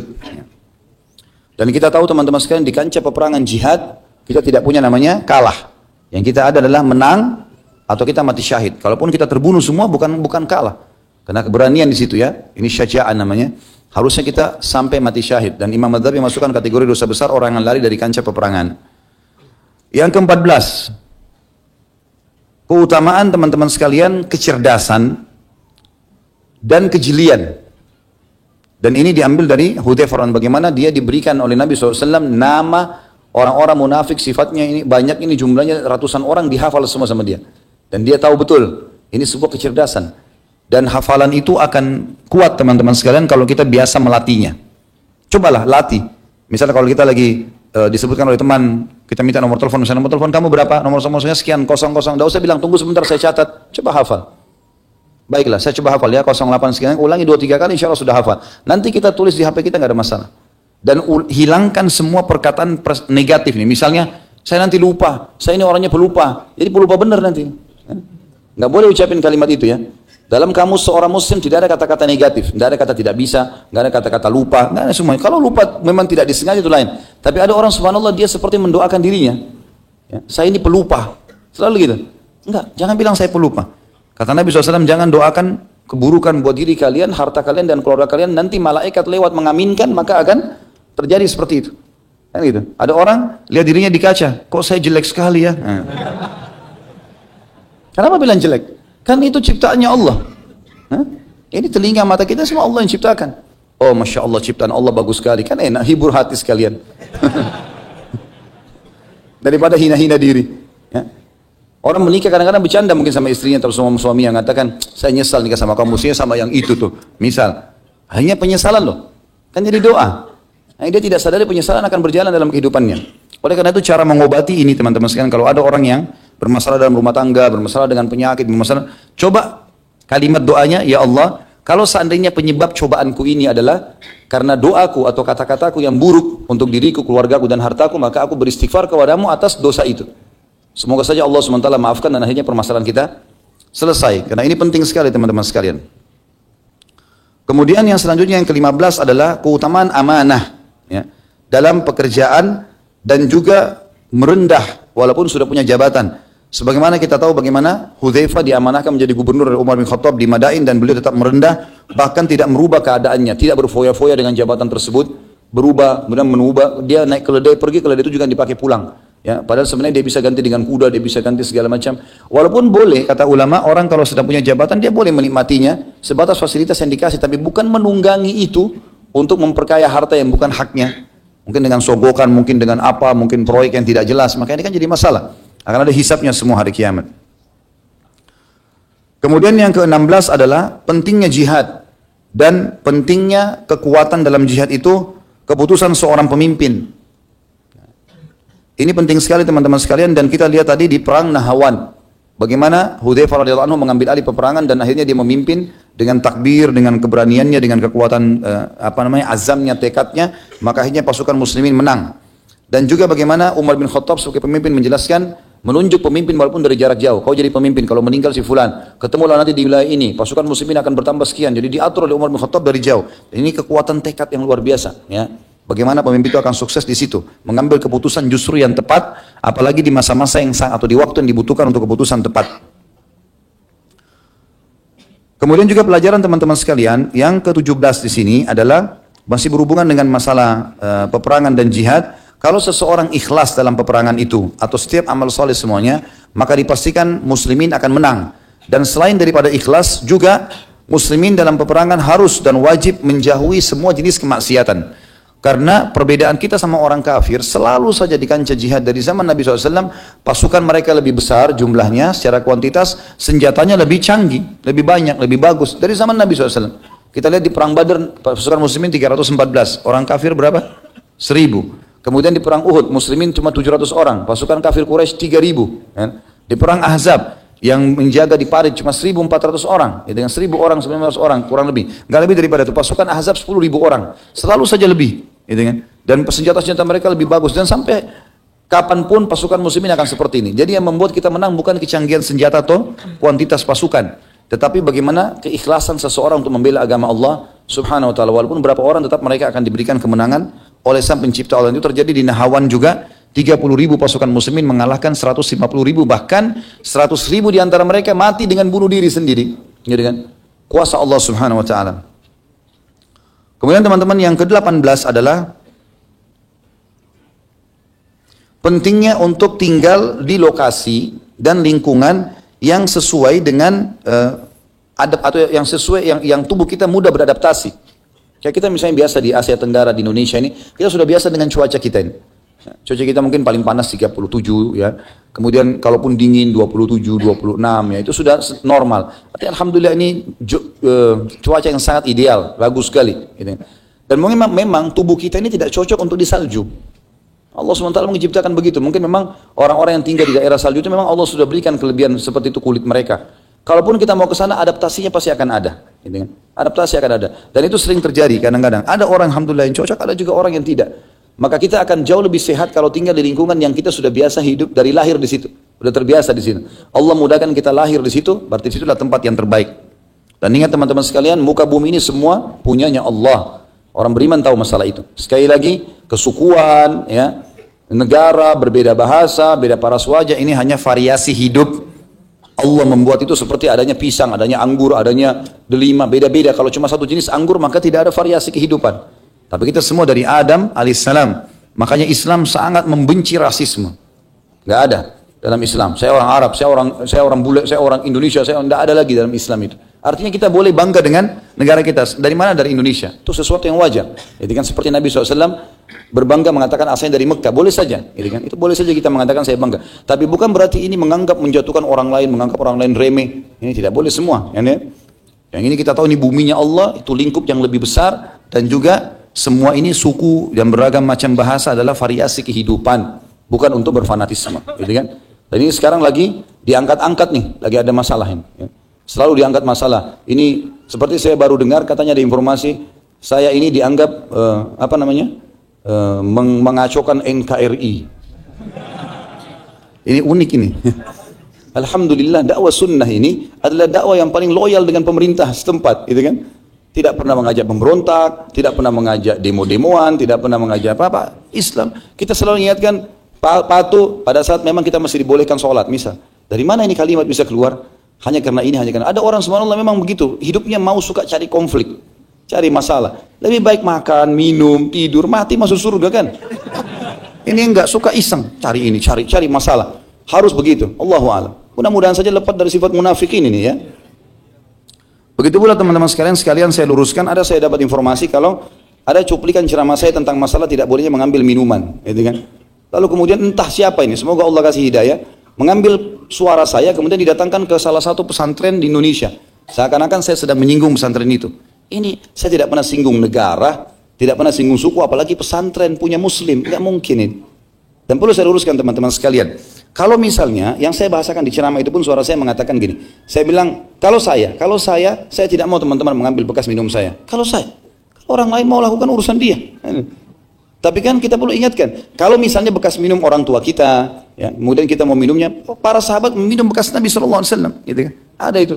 Tetapi yang saya singgung di situ sebenarnya secara global, ada orang yang sengaja air misalnya, sengaja diludah-ludahin, sengaja apa, kemudian dijual. Ini yang saya bilang ini bisa sampai menipu umat. Ini kesalahpahaman yang terjadi. Ya. Tapi sudah dianggap itu dibuat seperti sebuah permasalahan besar. Seakan-akan ini akan membuat perpecahan di antara umat. Inilah haula wala quwata illa billah. Kita enggak pernah punya masalah dengan siapapun. Ya. Semua saudara muslim adalah saudara muslim kita siapapun dia syahadat di muka bumi ini. Enggak ada urusannya sama sekali dengan menjatuhkan atau sengaja mencari masalah atau menyalah-nyalahkan orang lain. Tidak ada. Karena ceramah itu global, gitu kan? Memang yang kita tegur adalah orang yang sengaja menjadikan air itu seakan-akan di orbit bahwasanya air itu berkah. Ya. Seterusnya ini perlu diluruskan, gitu kan? Jadi tidak perlu teman-teman juga yang ini makanya saya selalu larang teman-teman sekalian. Kalau mau dengar ceramah saya di YouTube, dengarin ceramah dengan niat ikhlas mendapatkan ilmu. Ya, supaya kita sama-sama dapat pahala. Mau disebarin pun sebarin dengan tidak komersial. Ini karena teman-teman banyak mau komersial supaya banyak pengunjungnya. Jadi ditulis judul yang mengkritik atau sengaja buat hal-hal yang aneh-aneh ini. Ya, supaya pengunjungnya banyak, heboh. Ya. Ini kan keliru teman. Untuk apa dapat duit dari situ? Untuk apa kalau buat masalah? Kan nggak perlu ya. Ini semua ada pertanggungjawaban depan Allah hari kiamat. Ya. Ini perlu diluruskan teman-teman sekalian. Baik, selanjutnya juga masuk di dalam bahasan kita. Selain masalah tempat memilih lingkungan, ya, untuk tinggal yang cocok cuacanya dan udaranya dengan kita dan makanannya, gitu kan? Juga kita perlu teman-teman memilih tempat yang strategis dalam peperangan untuk pasukan. Sebagaimana wasiat Umar bin Khattab tadi kepada pasukan yang akan kena hawan, jangan bawa pasukan ke tempat yang menakutkan, jangan datang ke hutan dan seterusnya. Lakukan di tempat-tempat yang aman, kalau kecuali darurat harus masuk ke tempat-tempat itu. Kalau enggak, maka pasukan pun bukan diutus berperang untuk mati semuanya, enggak. Sampai kata Nabi SAW, kalau kalian pergi berjihad, ya, kalau kalian pergi berjihad, jangan berharap bertemu musuh. Tapi kalau kalian bertemu musuh, kokohlah. Berarti kan memang dihindari dulu pertemuan dengan musuh. Tapi kalau bertemu kita sabar, kita kokoh mempertahankan kebenaran itu. Ini juga penting teman-teman sekalian. Selanjutnya adalah pengertian zuhud dan kebahagiaan sesuai dengan pandangan Hudzaifah radhiyallahu anhu. Karena kan beliau memandang zuhud itu ada disebutkan kalau di buku kita ini ada di halaman 321 ya. Saya kembali dulu ke situ.